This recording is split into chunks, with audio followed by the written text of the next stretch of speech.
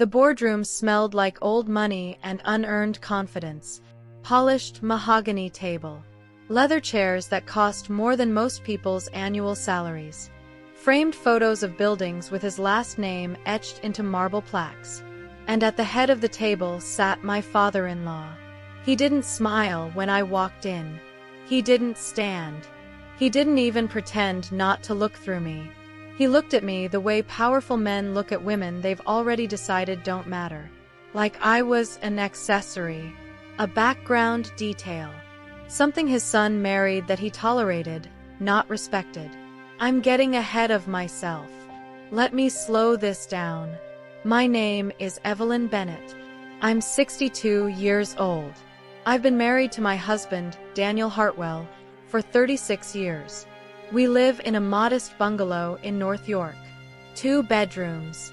1 bathroom that rattles when the pipes heat up in winter. The kind of house where you hear your neighbor's dog bark and smell dinner cooking down the street. Not impressive, but it's ours. Daniel and I met when we were young, broke, and hopeful. I didn't marry him for his last name. I married him because he was kind, because he listened, because he chose me even when choosing me cost him approval. His father never forgave either of us for that. From the day we married, I was the woman who married beneath expectations. Not loud enough to complain, not polished enough to impress, not important enough to acknowledge. And sitting in that boardroom, watching his father adjust his cufflinks without looking at me, I knew something was coming. People don't invite you into rooms like that unless they think they have leverage. And this man believed he did. If you've ever been underestimated quietly, not screamed at, just dismissed, type scene in the comments. Daniel didn't always stand up to his father with words, but he stood up to him with choices. There's a kind of courage that doesn't announce itself. It doesn't slam doors or raise its voice. It simply walks in a different direction, knowing the cost, paying it anyway. That was Daniel. From the moment I met him, I understood that his quiet nature wasn't timidity. It was restraint. He had spent his whole life learning when to speak and when to let his actions carry the weight his words could not. When we got engaged, his father made it very clear what that meant. No help. No introductions. No safety net. The family name would not be extended to cover us. If Daniel married me, he was on his own. I remember the night Daniel told me. We were sitting on a bench outside my apartment building, the kind of bench that had seen 100 conversations, but probably none quite like ours. He didn't sugarcoat it. He laid out exactly what his father had said, word for word. The ultimatum. The conditions. The threat dressed up as concern. And then he looked at me, not with fear or hesitation, but with something I can only describe as relief. I've been waiting my whole life, he said, for something worth losing everything for. Daniel chose me anyway. We had a small wedding. Nothing dramatic. No ballroom. No crystal chandeliers. Just close friends, borrowed chairs, and a cake from a neighborhood bakery that leaned a little to the left. My mother cried the whole ceremony, not from sadness but from the kind of joy that catches you off guard. Daniel's side of the aisle was sparse. A few college friends. His younger cousin who had driven 4 hours in secret. His parents didn't attend. His mother sent a card that said nothing and everything at once. His father sent silence. Daniel didn't complain. He held my hand a little tighter during our vows and said, "We'll build our own life." And we did. The first apartment was small. 2 rooms, a kitchen that barely fit both of us at once, and a window that looked out onto a brick wall. But we made it ours. Daniel hung shelves he'd built himself. I filled them with books and plants that somehow survived despite my neglect. We ate dinner on the floor for the first 3 months because we couldn't afford a proper table. When we finally bought one, second-hand from a garage sale, we celebrated like it was a milestone. Because it was. We lived simply because we wanted to, but also because it was easier than fighting expectations we never asked for. Daniel worked hard. He took jobs that his father would have considered beneath the family name. He came home tired but never bitter. I worked quietly. I stretched dollars. I learned to find beauty in what we had instead of mourning what we didn't. We paid our bills on time. We saved slowly. We celebrated small victories that no one else would notice. We raised our children with love, not pressure. We measured success in dinners eaten together and weekends that felt peaceful. Our kids grew up knowing they were enough, not because of what they achieved, but because of who they were. We didn't push them toward legacy. We pushed them toward kindness. We taught them that character mattered more than inheritance, that integrity couldn't be bought. To his father, that looked like failure. Every few years, word would filter back to us through relatives and acquaintances. Comments about how Daniel had wasted his potential. Observations about our modest house, our ordinary cars, our unremarkable address. His father measured success in columns, in assets, in the weight of a name spoken in certain rooms.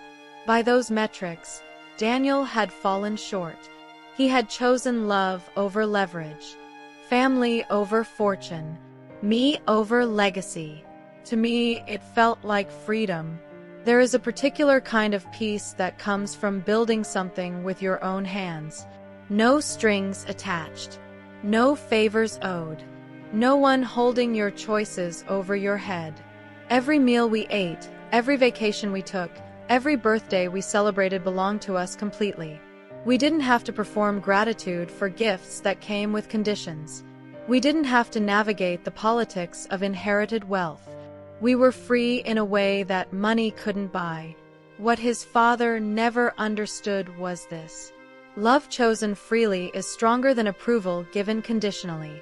He mistook silence for weakness. He saw Daniel's refusal to argue as surrender. But Daniel wasn't surrendering. He was conserving his energy for what mattered.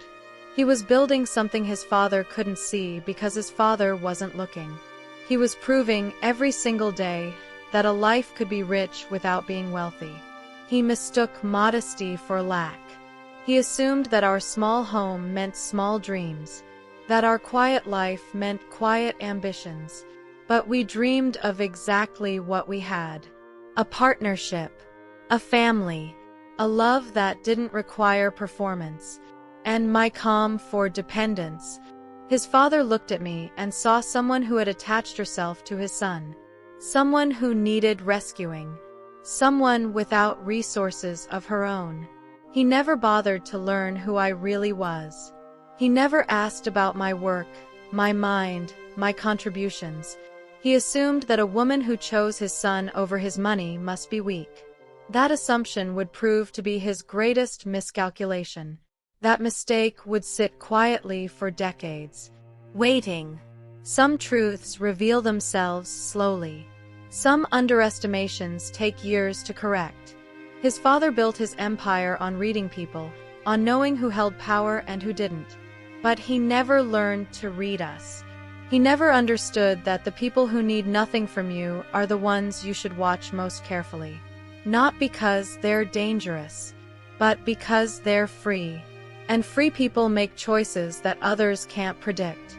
Comment choice if you believe choosing the right partner matters more than family approval. There was something else Daniel's father never knew. Something no one knew. Not our neighbors, who waved at me over the fence and assumed they understood the shape of my days. Not our friends, who invited us to potlucks and appreciated that I always brought something homemade, never anything too expensive or too elaborate. Not the other parents at school functions, who saw me volunteer for bake sales and classroom help and concluded that I had time to spare because I didn't have much else going on. Not even Daniel. The man I loved, the man I had chosen and who had chosen me, the man I had built a life with for decades, even he didn't know the full picture. Not because I was hiding from him, but because some things are safer when they exist in silence. Some truths are more powerful when they remain unspoken. And some secrets protect not just the keeper, but everyone around them. For decades, I let people believe exactly what they wanted to believe about me. It was easy. People see what confirms their assumptions. They notice what fits their expectations and discard the rest. When you dress modestly, speak softly, and never reach for the spotlight, others fill in the blanks with their own story. She must be content with little. She must not want more. She must not be capable of more. I never corrected them. That I was comfortable but ordinary. That I lived carefully because I had to. That I stayed quiet because I depended on my husband's stability. The narrative wrote itself. A woman who married a man cut off from his wealthy family. A woman who stretched budgets and clipped coupons and made do. A woman who supported her husband's modest career and raised children without hired help and never complained about what she didn't have. In their minds, I was sympathetic, admirable, even, but ultimately limited, defined by circumstance rather than choice. None of that was true. The truth existed in the spaces between what people saw and what actually was. In the hours after everyone went to sleep. In the mornings before anyone woke. In the quiet corners of my life that I had deliberately kept invisible. The truth was a series of decisions made slowly, carefully, over years that stretched into decades. The truth was patience so deep it looked like inaction. The truth is, I learned very early that power does not need an audience. It needs patience. I learned this from watching, from listening, from paying attention to what happened to people who announced themselves too soon. The ones who flaunted what they had attracted envy and opposition. The ones who displayed their ambitions became targets. The ones who needed recognition traded their advantages for applause. They won admiration and lost leverage. I wanted something different. I wanted freedom that couldn't be taken away because no one knew it existed. I wanted security that didn't depend on anyone else's perception of my worth. I wanted power that slept quietly until it was needed. So I built it in silence. While other people chased recognition, I focused on ownership. While egos fought for attention, I built leverage quietly. No announcements. No lifestyle changes. No signals. It started small. Money set aside for my own work that no one paid much attention to because it didn't look impressive. Skills developed in private. Knowledge accumulated without fanfare. Investments made carefully, researched thoroughly, executed without discussion. I learned to read financial statements the way other people read novels. I studied markets and trends and opportunities with the same focus I applied to raising my children. I asked questions that seemed naive until the answers revealed more than the speakers intended. No one noticed because no one was looking. I dressed the same, drove the same car, lived in the same house. There was never a moment when I upgraded my lifestyle. Never a new handbag that raised eyebrows. Never a vacation that seemed beyond our means. Never a slip of the tongue that hinted at resources beyond what a modest household should have. I wore the same brands I had always worn. I shopped at the same stores. I complained about the same expenses everyone else complained about, and meant it because money carefully managed is money respected, regardless of how much there is. The car in my driveway was practical and aging. The house needed the same repairs every old house needs. From the outside, nothing had changed. Nothing would ever change, not visibly. Because visibility was the one thing I could never afford. Because when people think they understand your limits, they stop watching you closely. This is the secret that most people never learn. Attention is a resource, and it flows toward what seems important. When you appear ordinary, when you fit neatly into the category others have assigned you, their attention moves elsewhere. They look past you toward the people who seem to matter.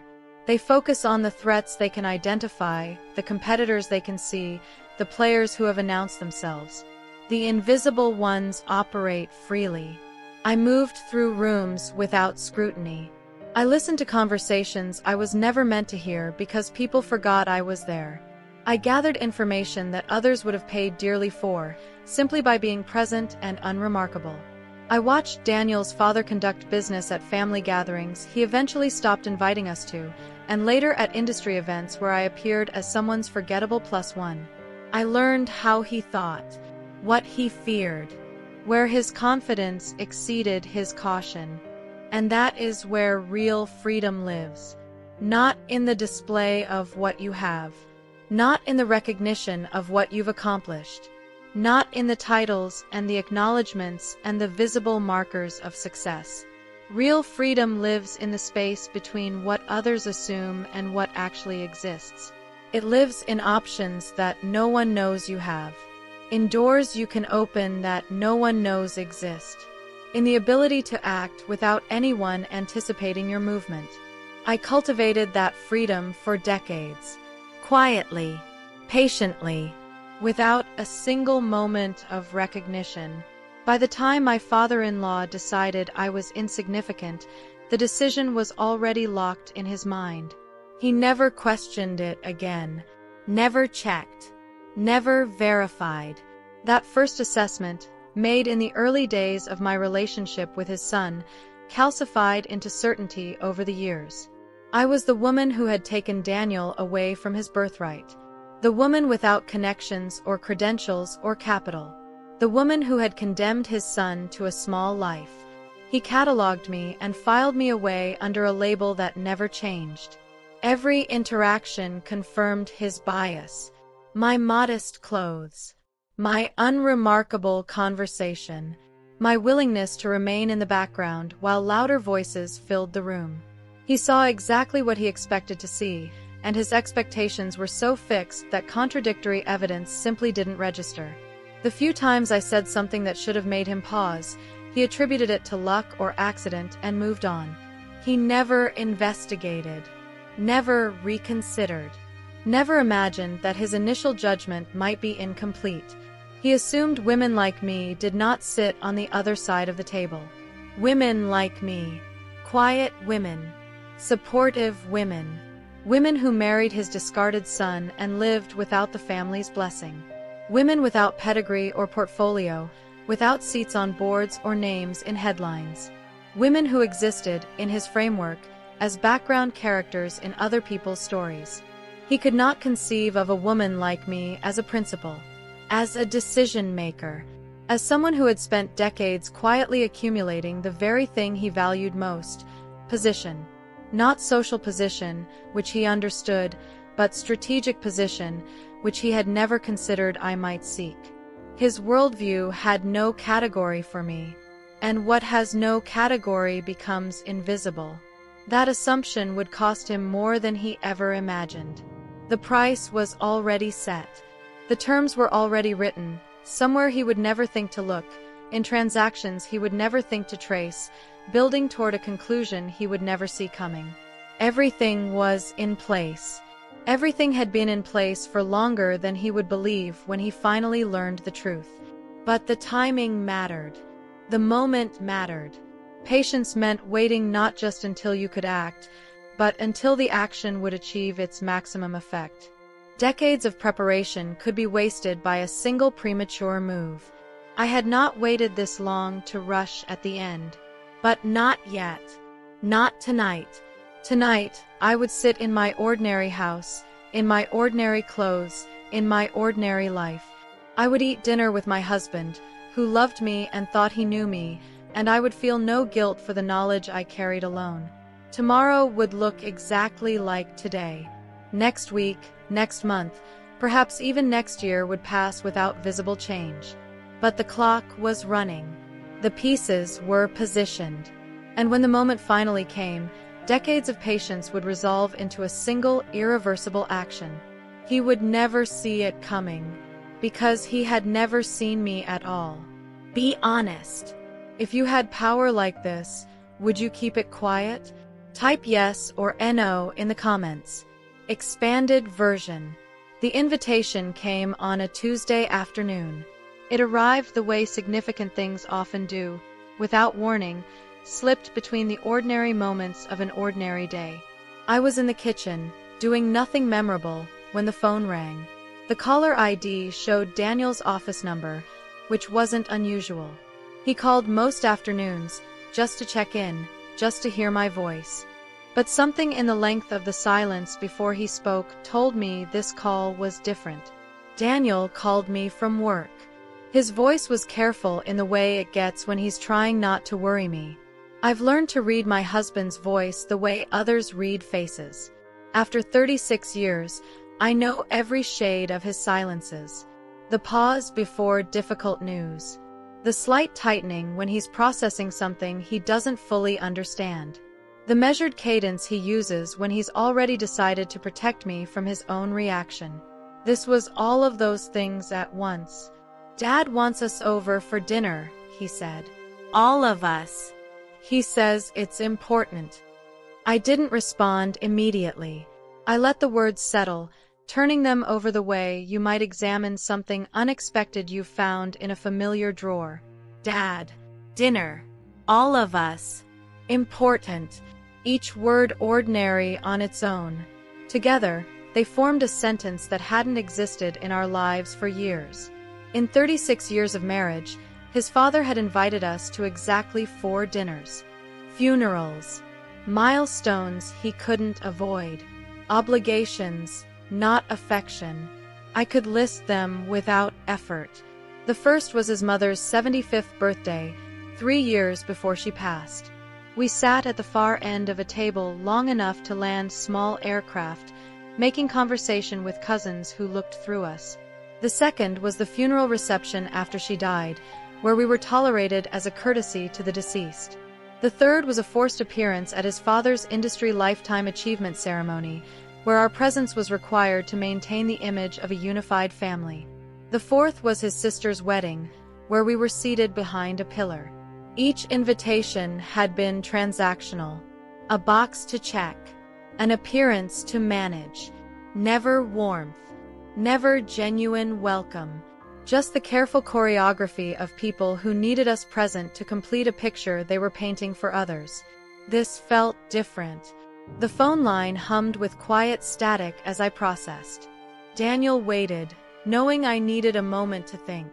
He had learned, over our decades together, that my silences weren't empty. They were full of calculations he trusted but didn't always follow. People don't suddenly become generous with their time at 71. They become strategic. I had watched his father long enough to understand his patterns. Men like him didn't soften with age. They sharpened. As the horizon of their lives grew closer, they didn't become warmer or more forgiving. They became more focused on legacy, more concerned with control that would outlast them, more determined to arrange the pieces so they would stay arranged after the hand that placed them was gone. A man who had spent his entire life building and controlling didn't wake up one morning and decide that reconciliation mattered. He woke up and decided that something needed to be managed. And if that management required the appearance of family unity, he would create that appearance. Temporarily. Strategically. Did he say why? I asked. My voice was steady. Not because I felt steady, but because steadiness was a habit I had cultivated until it became indistinguishable from instinct. Daniel didn't need my anxiety on top of his own confusion. Something about the company, Daniel said. And plans. Plans. That word sat heavy in my chest. In the vocabulary of powerful men, plans was never casual. Plans meant decisions already made, directions already chosen, outcomes already determined. An invitation to discuss plans was not an invitation to participate in planning. It was a summons to be informed of what had been decided for you. I thought about what I knew of his father's company. The holdings, the structure, the board composition, the succession questions that had been circulating in business publications for years. His father had built something substantial, and substantial things require careful transfer, especially when the builder doesn't trust his own children to continue his vision. Daniel had walked away from all of it 36 years ago. His brother had stayed. His sister had married strategically. For decades, Daniel had existed outside the inheritance conversation entirely, mentioned only in passing, treated as a cautionary tale about the cost of sentiment. Why now? Why us? Why dinner? His father's world revolved around control. Control of money. Control of image. Control of people. A dinner invitation wasn't kindness. It was positioning. Whatever was happening, we were being positioned. Placed on a board we hadn't asked to play on. Moved toward a square his father had selected for reasons he hadn't shared. The invitation itself was information, and the information it contained was this. Something had changed in his calculations, and that change somehow involved us. I ran through possibilities in my mind. Health concerns forcing estate planning conversations. Tax implications requiring family restructuring. Business deals requiring the appearance of family stability. Conflicts with the other children creating a need for additional leverage. Each scenario pointed to one conclusion. We were useful now, in a way we hadn't been useful before. Useful to him, which meant we were in danger of being used. We agreed to go. There was never really another option. Declining would have communicated fear or defiance, and neither served our interests. Attending communicated nothing except compliance, which was exactly the impression I wanted to maintain. Let him believe his summons had been answered by people who had no choice but to answer. Let him see what he expected to see. Besides, I was curious. After all these years, after all my quiet observation and careful preparation, I wanted to see what had shifted. What had made us relevant again. What he thought he could accomplish by bringing us back into his orbit. Saturday night. 7 o'clock. His house in Rosedale. The days between the call and the dinner passed with strange slowness. Daniel was distracted, oscillating between hope and suspicion in ways that made my heart ache for him. Part of him, the part that would always be someone's son, wanted this to mean reconciliation. Wanted to believe his father had finally softened. Finally recognized the value of the life we had built. Finally regretted the decades of distance. I didn't share that hope, but I didn't crush it either. Some illusions serve a purpose, and Daniel's capacity for faith in people was one of the things I loved most about him. I would let him carry that faith into the dinner, even knowing it would likely be disappointed. The kind of house that announces wealth before you ring the bell. Circular driveway. Security lights. Cars that look expensive even when parked. We pulled up as the last light was draining from the sky, the drizzle coating everything in a gray sheen that made the estate look like a photograph from a magazine. The kind of photograph designed to make viewers feel small. Every detail was intentional. The manicured hedges, the imported stone, the lighting that made the windows glow gold against the darkening evening. This was a house built to communicate power before a single word was spoken. I had been here before, on those 4 occasions that barely qualified as visits. Each time, I had felt the architecture pressing down, reminding me that I didn't belong. This time, I felt something different. As we drove there in the drizzle, past streets named after people who never worried about money, I had the strangest sense of calm. The streets had names like Dunvegan and Cluny and Crescent, names borrowed from old money and older histories, names designed to evoke permanence and pedigree. We passed houses that would take lifetimes to afford, trees that were older than any of the fortunes they shaded. Daniel's hands were tight on the steering wheel. My hands were loose in my lap. Not fear. Certainty. The distinction mattered. Fear would have meant I was walking into something I couldn't handle. Uncertainty would have meant I was exposed, vulnerable to whatever his father had planned. But I felt neither. I felt the calm of someone who had prepared for exactly this kind of moment, even without knowing when or how it would arrive. Whatever game his father intended to play, I had been playing longer. More quietly. With more patience. and with information he couldn't imagine I possessed. Whatever this dinner was about, it wasn't meant to benefit us. His father didn't do generosity. He did calculation. Every gift came with strings. Every gesture served a purpose. If he was opening his door to us after years of cold distance, it was because something in his situation required our presence. Not because he had reconsidered his opinion of us. Not because he regretted the relationship he had forfeited with his son. Not because age had made him sentimental. Something had changed, and that change made us useful. The question was, useful for what? It was meant to remind us where we stood. I could see it already. The seating arrangement that would place us just far enough from the center of importance. The conversation that would emphasize what we had missed, what we had given up, what we had failed to achieve by choosing love over legacy. The subtle and not-so-subtle reminders that we had walked away and the family had continued without us, grown without us, prospered without us. He would want us to feel small, to feel grateful for the crumb of inclusion, to feel aware of everything we had sacrificed. And then, once we felt properly diminished, he would make his ask, his offer, his demand, whatever he actually wanted from us. And I let him believe that reminder would work.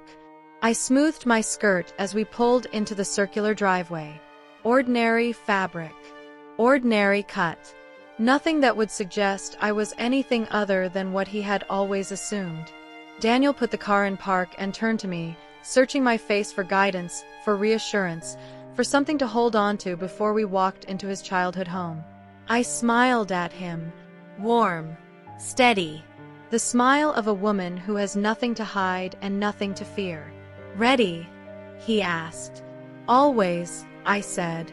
We walked toward the door together, the drizzle misting our shoulders, the security lights tracking our approach. Somewhere inside, his father was waiting, preparing his reminders, confident in his control of the evening. He had no idea what he had invited into his home. If someone suddenly invites you to talk after years of silence, you already know something's coming. Type red flag if you've lived this moment. Dinner was formal. Too formal. The formality wasn't accidental.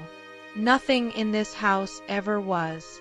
Every detail had been selected to communicate something, and what this dinner communicated was hierarchy. This was not a family gathering. This was an audience with someone who considered himself above the people seated around him. The dining room stretched longer than necessary, the ceilings higher than comfort required. Oil paintings of ancestors, some real, some purchased at estate sales to fill gaps in the lineage, lined the walls in gilded frames. The chandelier overhead was crystal, original to the house, casting fractured light across the table in patterns that shifted when you moved. Everything gleamed. Everything was positioned. Everything announced that this was a home where appearances were currency. The kind of table set for 12, with only 6 chairs filled. His father sat at the head, of course. His posture perfect. His smile reserved for the people he considered worthy. 6 chairs in a sea of empty ones. Daniel and me on one side. His brother Marcus and his wife across from us, carefully not making eye contact. His father at the head, commanding the length of polished mahogany like a general surveying a battlefield. One empty chair at the foot, conspicuously unoccupied, as if waiting for someone who would never arrive, or perhaps placed there deliberately to emphasize that someone was missing, that the family was incomplete, that gaps existed where there should have been fullness. The staff moved silently, appearing and disappearing with courses that were technically exquisite and emotionally cold. Soup that could have been served in any fine restaurant anywhere in the world. Fish prepared with precision but no warmth. Everything seasoned correctly and presented beautifully and utterly devoid of the thing that makes food nourishing: love. I wasn't one of them. His father's smile, when it appeared, landed on Marcus and his wife. On the staff when they performed well. On no one when the performance failed to meet his standards. When his gaze crossed over me, the smile didn't appear. It didn't need to. His face communicated everything without the effort of expression. I was furniture, background, something that had come attached to his son and could not be removed but also did not require acknowledgement. I had sat through variations of this treatment for 36 years. The first few times, it had stung. Then it had numbed. Eventually, it had become useful. Being dismissed meant being ignored, and being ignored meant being free to observe without being observed in return. He spoke about legacy, about the company, about how hard he'd worked to build something that would outlive him. Daniel listened respectfully. I stayed quiet. The monologue unfolded with practiced ease. He had given this speech before, probably many times, to different audiences for different purposes. The origin story, the early struggles, the competitors who had underestimated him, the deals that had built the foundation, the expansion that had transformed a regional operation into something with genuine reach, the philosophy that had guided him, discipline, vision, the willingness to make difficult decisions. He spoke about legacy the way some men speak about children, with pride and possession and an underlying anxiety about what would happen when they could no longer control the outcome. His company was his true offspring, the thing he had created and shaped in his own image. His actual children were secondary considerations, valuable only insofar as they served the company's continuation. Daniel listened with the patience of someone who had heard this story many times and knew interruption was not welcome. His face revealed nothing, but I could feel the tension in his body beside me. He was waiting for the point. We all were. His father didn't invite people to dinner to reminisce. He invited them to dinner to accomplish something. Then he finally looked at me. The shift was subtle but unmistakable. His gaze moved from Daniel, whom he had been addressing, to me, whom he had been ignoring. For the first time that evening, I was visible to him. Not as a person, but as a subject under consideration. An item on an agenda finally reached. Not warmly, not kindly, evaluating. His eyes were the color of old money, gray with hints of green, cold with hints of calculation. He looked at me the way he might look at a proposal on his desk or a property he was considering acquiring. Assessing value, identifying weakness, determining what leverage existed and how it might be applied. I met his gaze without flinching. My expression remained pleasant and empty, the expression of a woman who had nothing to hide because she had nothing at all. Let him look. Let him see what he expected to see. Let him complete his evaluation and arrive at his predetermined conclusion. I've been thinking about your future, he said, folding his hands like he was doing me a favor. The words hung in the air like a verdict already delivered. Your future, not our future.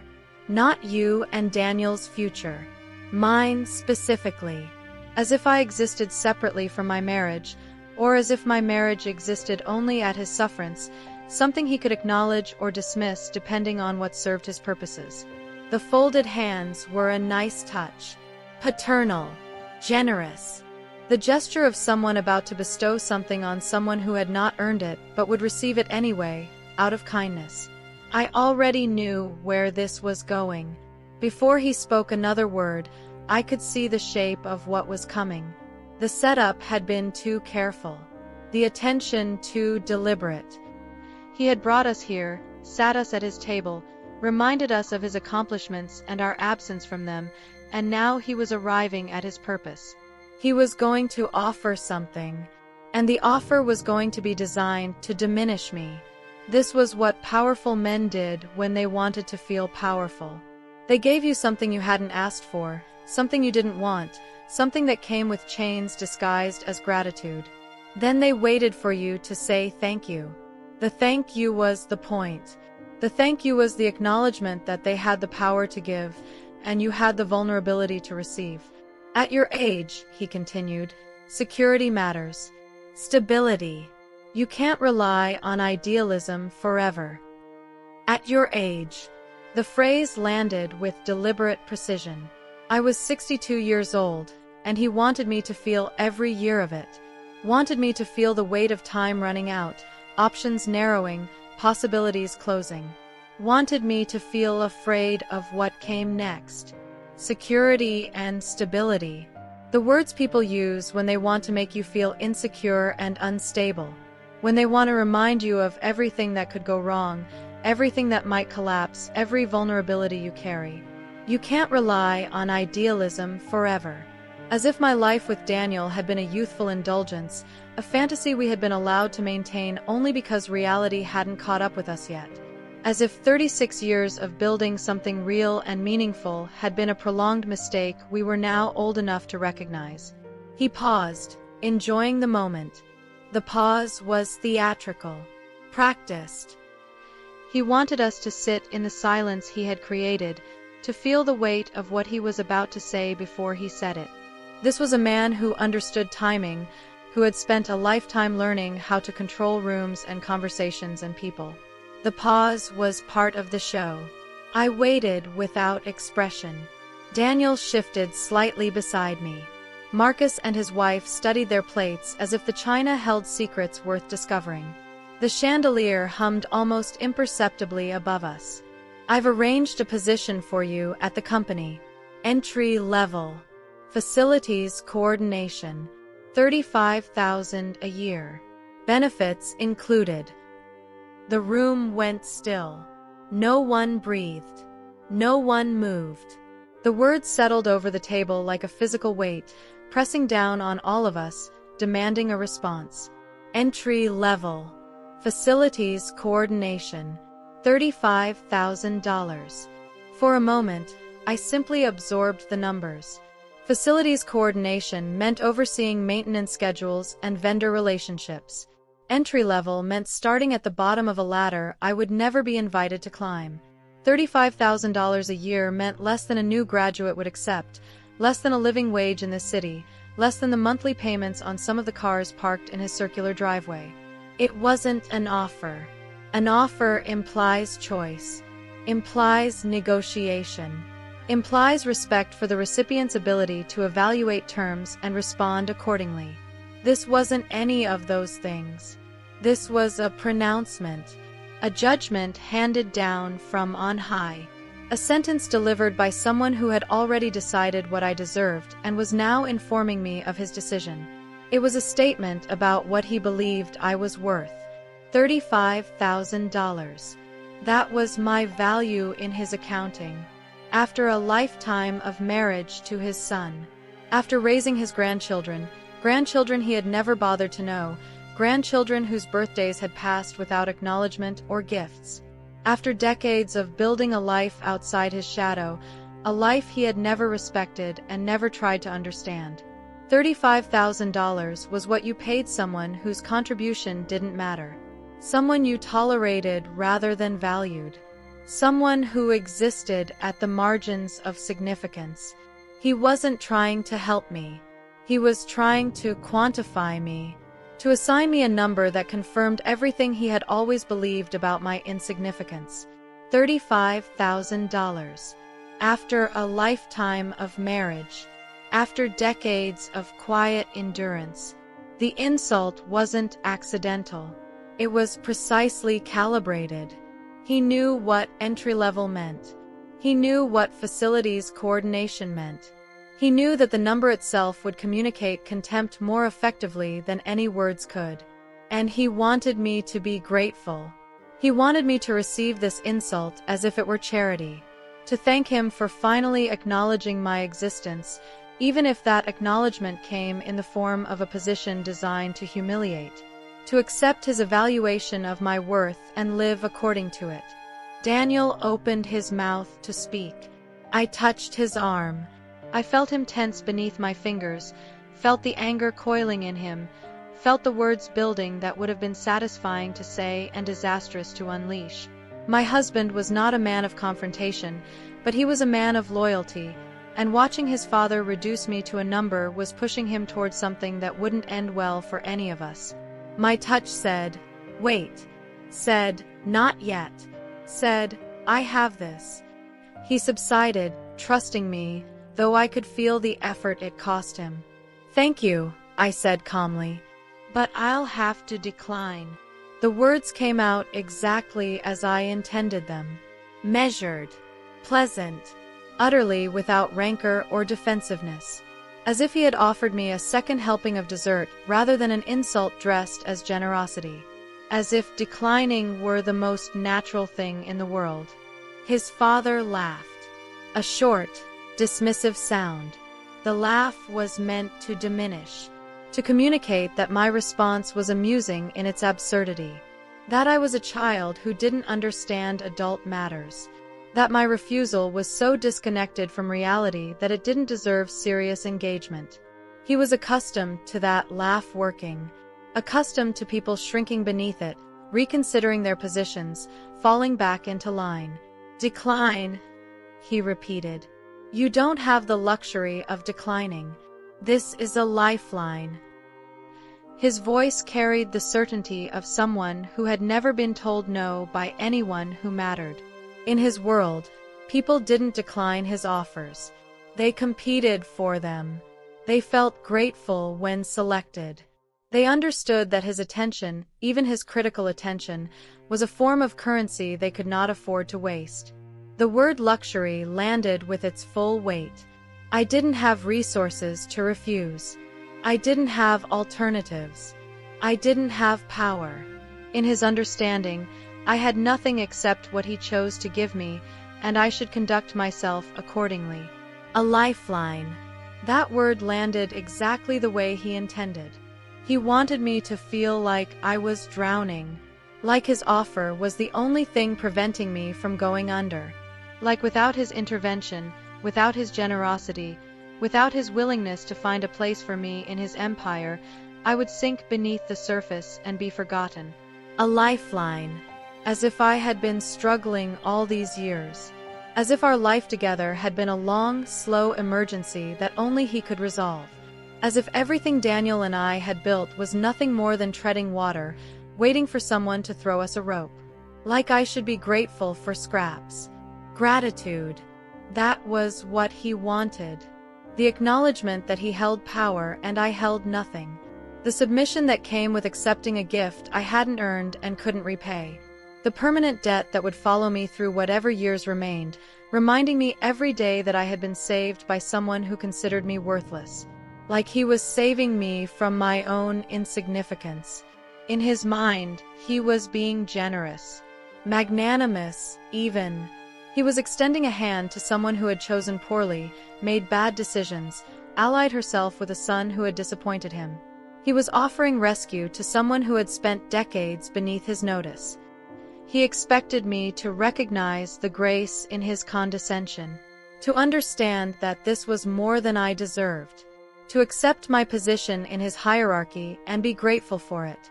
And in that moment, something inside me settled. Not the settling of resignation, not the collapse of defeat. This was different. This was clarifying.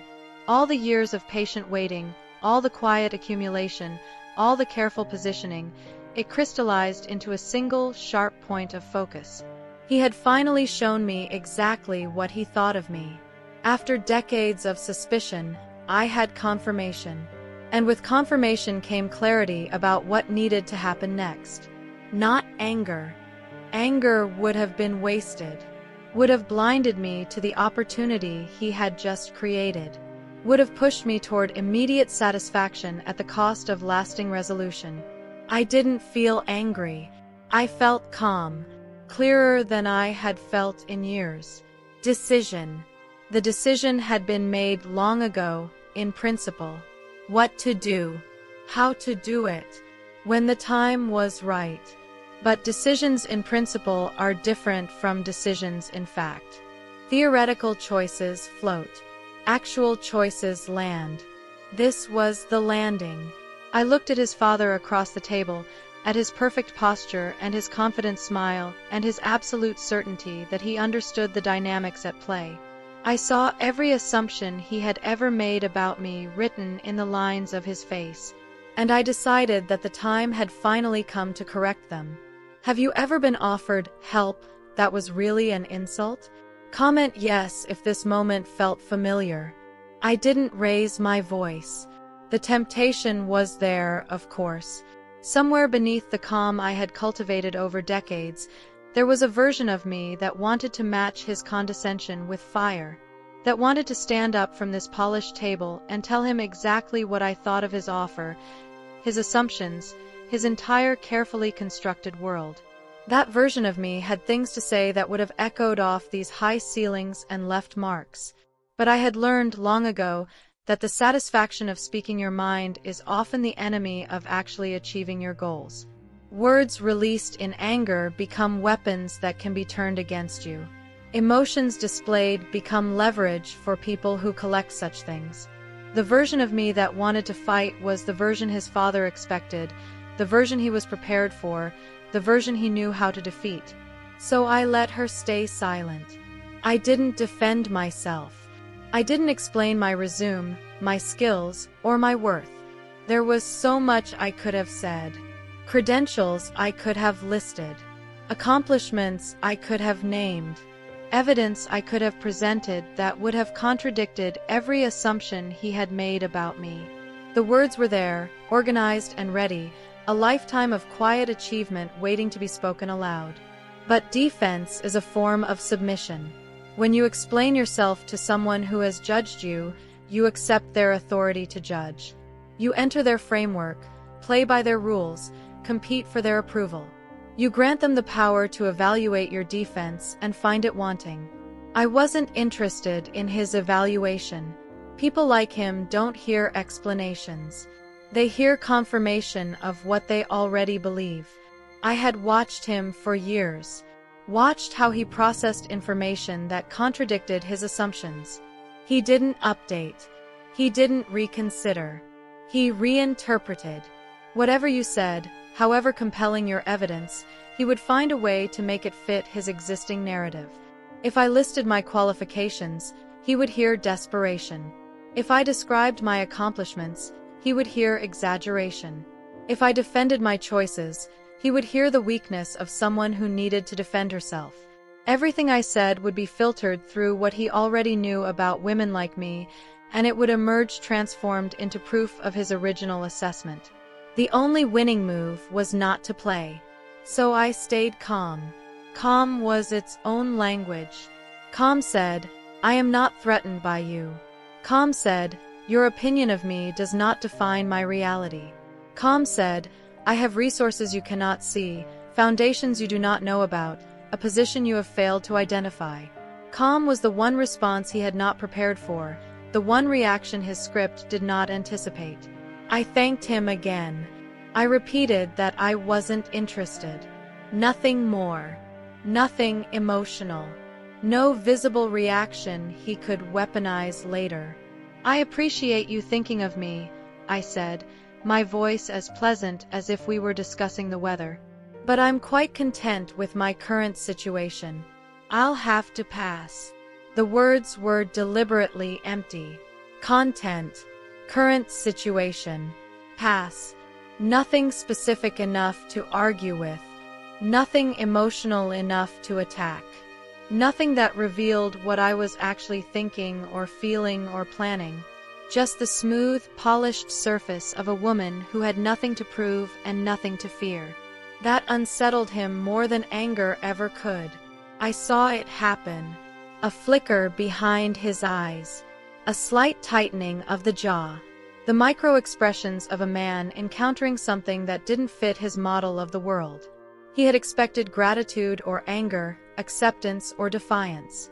He had prepared responses for both. He had not prepared for calm disinterest. People who are accustomed to controlling rooms depend on predictable reactions. They know how to escalate against resistance. They know how to exploit gratitude. They know how to use emotion as a lever. But calm indifference gives them nothing to grip. Nothing to push against. Nothing to work with. He leaned forward, his voice sharpening. He listed everything he thought I lacked. Education, experience, relevance. He spoke as if he were diagnosing a problem only he could solve. The forward lean was meant to be intimidating. The sharpening voice was meant to establish dominance. The listing of my deficiencies was meant to break down my resistance by confronting me with my own inadequacy. "Let's be honest," he said, and the phrase itself was a weapon, implying that everything before had been polite fiction. "You don't have a degree. You don't have a career. You don't have savings of your own. What exactly do you think you're going to do when Daniel retires? When the pension runs out? When reality catches up?" Each word was a small blade, designed to cut. He was building a case, not for me, but for the table. For Marcus and his wife. For Daniel.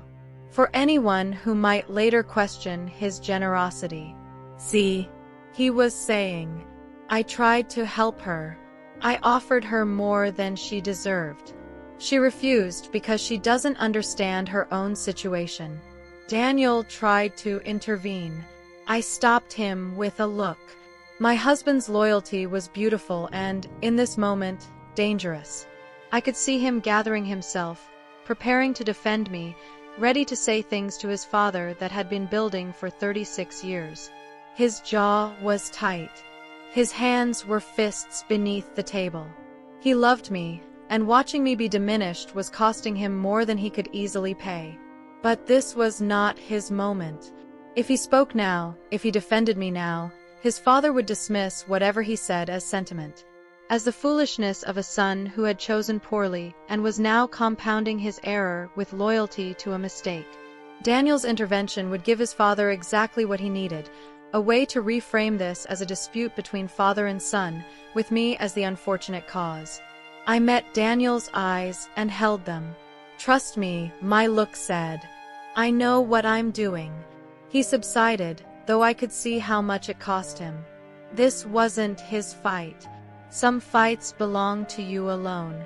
Some battles require you to stand on your own ground, with your own weapons, without the people who love you rushing in to help. Not because you don't need them, but because the nature of the fight demands that you be seen as standing alone. His father needed to see me as isolated, as vulnerable, as without resources or recourse. He needed to believe that his assessment was correct, that I had nothing, that his offer was indeed a lifeline I was too foolish to grasp. If Daniel defended me, his father would see that as proof that I needed defending, that I couldn't stand on my own, that whatever strength I displayed was borrowed from my husband. I needed him to see me standing alone. This was the moment where silence became strategy. Every word not spoken was a choice. Every reaction not displayed was a decision. I had learned, over decades of observation, that silence could be active, that choosing not to respond was its own form of response, that the empty space where words should be could contain more power than the words themselves. His father was accustomed to filling silence, accustomed to dominating conversations, to having the last word, to speaking until everyone else had been reduced to listeners. He would keep talking as long as I let him, and the more he talked, the more he would reveal. Because when someone underestimates you completely, they stop guarding themselves. They say things they shouldn't. They reveal weaknesses they don't realize are being noted. This was the gift of being dismissed, the gift of being categorized as irrelevant. When people believe you are not a threat, they stop treating you as one. They speak freely in front of you. They reveal their strategies and their fears and their vulnerabilities, confident that you lack the capacity to use what you're hearing. His father was doing exactly that. With every word, he was telling me more about himself than he realized. His fears about legacy and control. His anxieties about what would happen to his empire after he was gone. His need to have everyone in their proper place, acknowledging his authority, dependent on his generosity. His fundamental inability to imagine that someone like me might have plans of my own. I let him talk. I sat with my hands folded in my lap, my expression pleasant and empty, and I let him fill the silence with everything I needed to know. He talked about the economy and the uncertainty of markets, about the foolishness of people who didn't plan for the future, about the obligations of family and the ingratitude of those who didn't recognize what they were being offered. Every sentence was a window into his thinking. Every assumption was a weakness I catalogued. I watched his son shift uncomfortably. I watched the confidence drain from the room and pool into arrogance. Marcus, across the table, was carefully not looking at anyone. His wife was studying her water glass as if it held secrets. They had seen this before, probably many times, their father wielding his certainty like a weapon, reducing people to silence or submission. They knew how it ended. They knew there was no arguing with him, no reasoning with him, no changing his mind once it was made. And they knew, in this moment, that they were witnesses. That whatever was happening at this table would become part of the family story, told and retold, shaped by whoever controlled the narrative. His father's confidence had curdled into something uglier. Arrogance. The certainty of a man who had never been seriously challenged by anyone he considered beneath him. The assurance that reality would conform to his expectations because it always had before. And I knew the timing was almost perfect. Not yet. Not quite. But close. I could feel it approaching, the way you can feel a storm building on the horizon before the first clouds appear. The moment when everything I had built in silence would become visible. The moment when decades of patience would resolve into action. Some truths change nothing when spoken too early. But when delivered at the exact right moment, they change everything. Timing was everything. The same words, spoken a year ago, would have been dismissed or disbelieved. Spoken a year from now, they might be too late. But spoken at precisely the right moment, in precisely the right context, with precisely the right preparation, those words would alter the landscape permanently. I had waited so long. I could wait a little longer. I waited. If you've ever stayed quiet because you knew timing mattered more than emotion, type "wait" in the comments.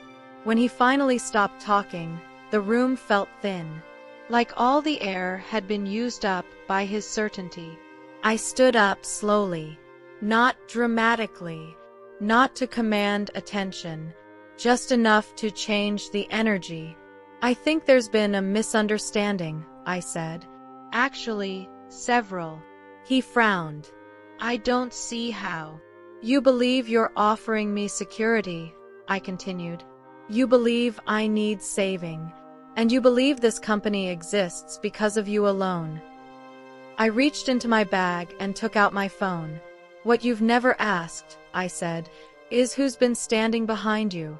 His son laughed nervously. This is ridiculous. I ignored him. I opened an email. Turned the screen toward my father-in-law. He squinted at it at first, then leaned closer. His color changed. Slowly, visibly. The subject line read, "Notice of beneficial ownership disclosure." "What is this?" he whispered. "That," I said evenly, "is a formal disclosure filed this morning. It identifies the largest shareholder in your company." His hands trembled as he reached for his own phone. I didn't rush him. "I own 47% of your company," I said. "Through a holding firm. Legally. Documented. On record." Silence fell hard. Not shock. Not disbelief. Recognition. The kind that arrives when denial becomes impossible. "I am the reason the Markham expansion survived," I continued. "The reason cash appeared during the downturn. The reason the last 3 developments were approved when banks said no." His mouth opened. Closed. "You didn't build this alone," I said. "You built it on capital I provided quietly for years. No shouting. No gloating. Just facts." And that was when the room finally understood. The woman they dismissed had been holding the leverage the entire time. If this reveal hit the way it should, type justice in the comments. The silence didn't break gently. It fractured. His son was the first to move. He grabbed the phone, scrolled frantically, looking for a loophole that didn't exist. "This has to be fake," he said. "She doesn't have this kind of money." I met his eyes. "Your belief is not evidence." My father-in-law sat back slowly, like the chair had suddenly lost its balance. For the first time that night, he looked old. Not powerful. Not commanding. Just a man realizing he hadn't been in control for years. "You would have known," he said hoarsely. "If this were true, I would have known." "Would you?" I asked. "When was the last time you reviewed your full shareholder registry instead of assuming it?" That landed harder than any accusation. I tapped my phone once more. "An emergency board meeting has been scheduled for tomorrow morning.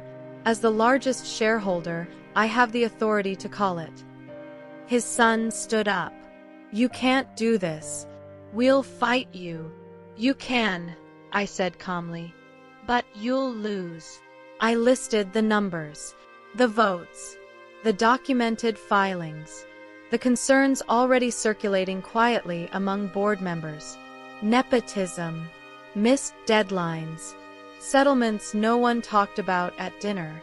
Every word stripped another layer of certainty from the room.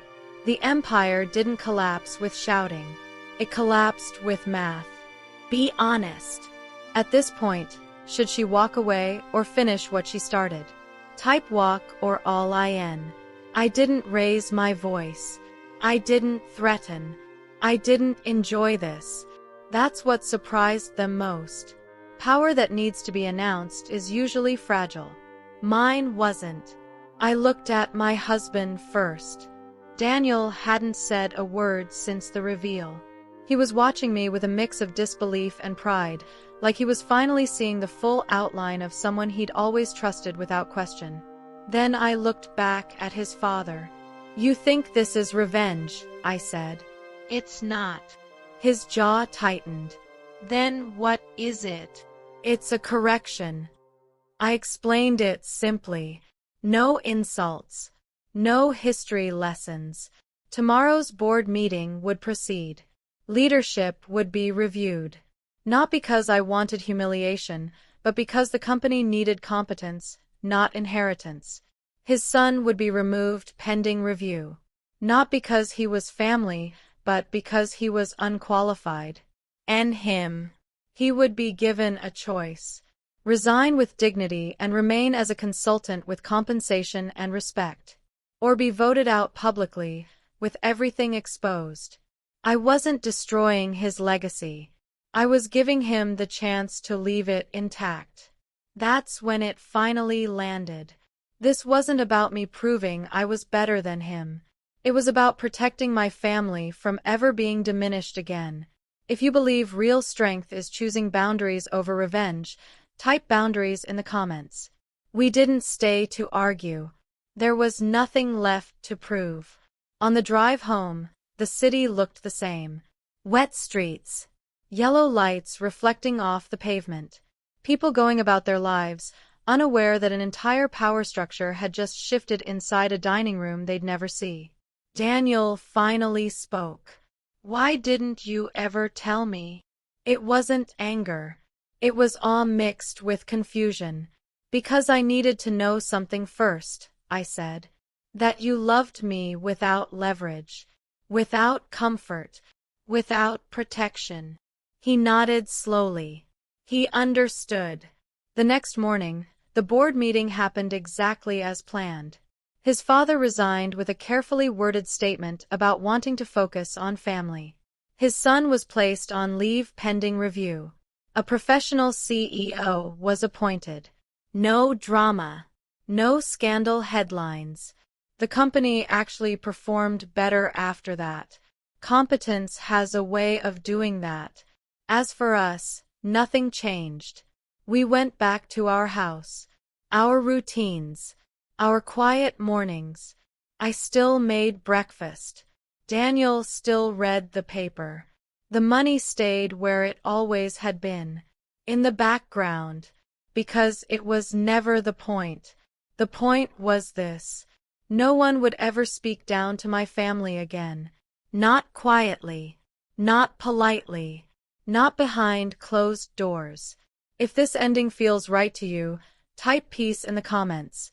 People like my father-in-law spend their lives chasing symbols, titles, square footage, recognition from rooms that were never going to love them back. He built an empire, yes, but he almost lost the only things that actually mattered in the process. I learned something different: that real power doesn't need noise, that dignity doesn't announce itself, that the most dangerous person in the room is often the one everyone has stopped paying attention to. I lived simply not because I had to, but because I chose to. Because peace is expensive in ways money can't buy. Because love that survives without leverage is the rarest kind. I never needed to prove anything to him.